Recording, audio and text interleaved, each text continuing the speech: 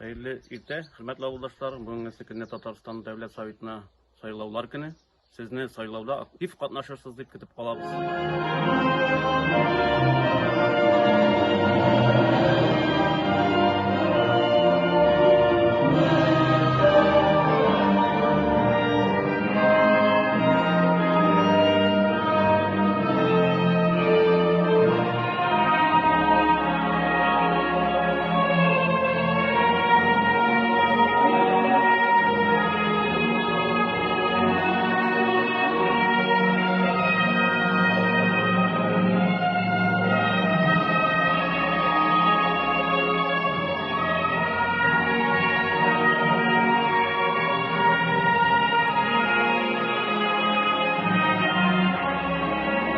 Участок ашы сайлауға рәхим етіңіз.